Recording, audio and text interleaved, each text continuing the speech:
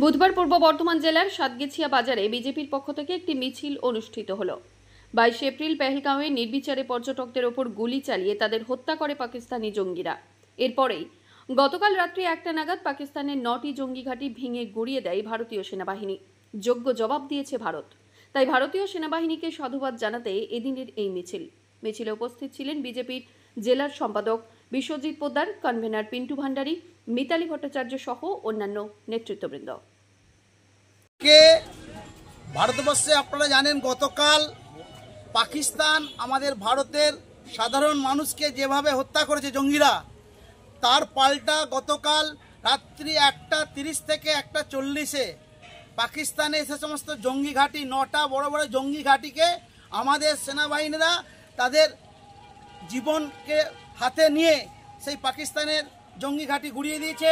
তার জন্য আমরা সেই বীর সেনাবাহিনীকে স্যালুট জানাই এবং ভারত মাতার জয় বলবো। তার সঙ্গে সঙ্গে ভারতবর্ষের আজকে যে প্রধানমন্ত্রী নরেন্দ্র মোদীকে আমরা স্যালুট জানাই যে তার জন্যে এবং বীর তো সেই সেনাবাহিনী তাদের জন্য আজকে এই জঙ্গি যে ঘাঁটিগুলো ধ্বংস হয়েছে, তার জন্য আমরা ন্যাশনাল ফ্ল্যাগ নিয়ে আমরা একটি মিছিল করছি।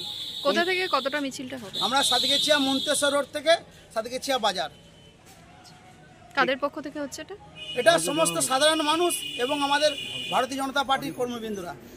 ভারতীয় সাধারণ মানুষ হিন্দু 26 জনকে হত্যা করেছে পাকিস্তানের জঙ্গি গোষ্ঠী। সেই পাকিস্তানের জঙ্গি গোষ্ঠী যারা মদত দিয়েছিল, আজকে ভারতীয় সেনাবাহিনী তার জবাব দিয়েছে। আপনারা জানেন যে গতকাল রাত্রি 1টায় যে সেনাবাহিনী পাকিস্তানের বুকে ঢুকে গিয়ে পাকিস্তানের জঙ্গি গোষ্ঠীগুলোকে খতম করেছে। আজকে আমাদের সেনাবাহিনীর জয়, আমরা সেই জয়ের আনন্দে এই উৎসব পালন করছি।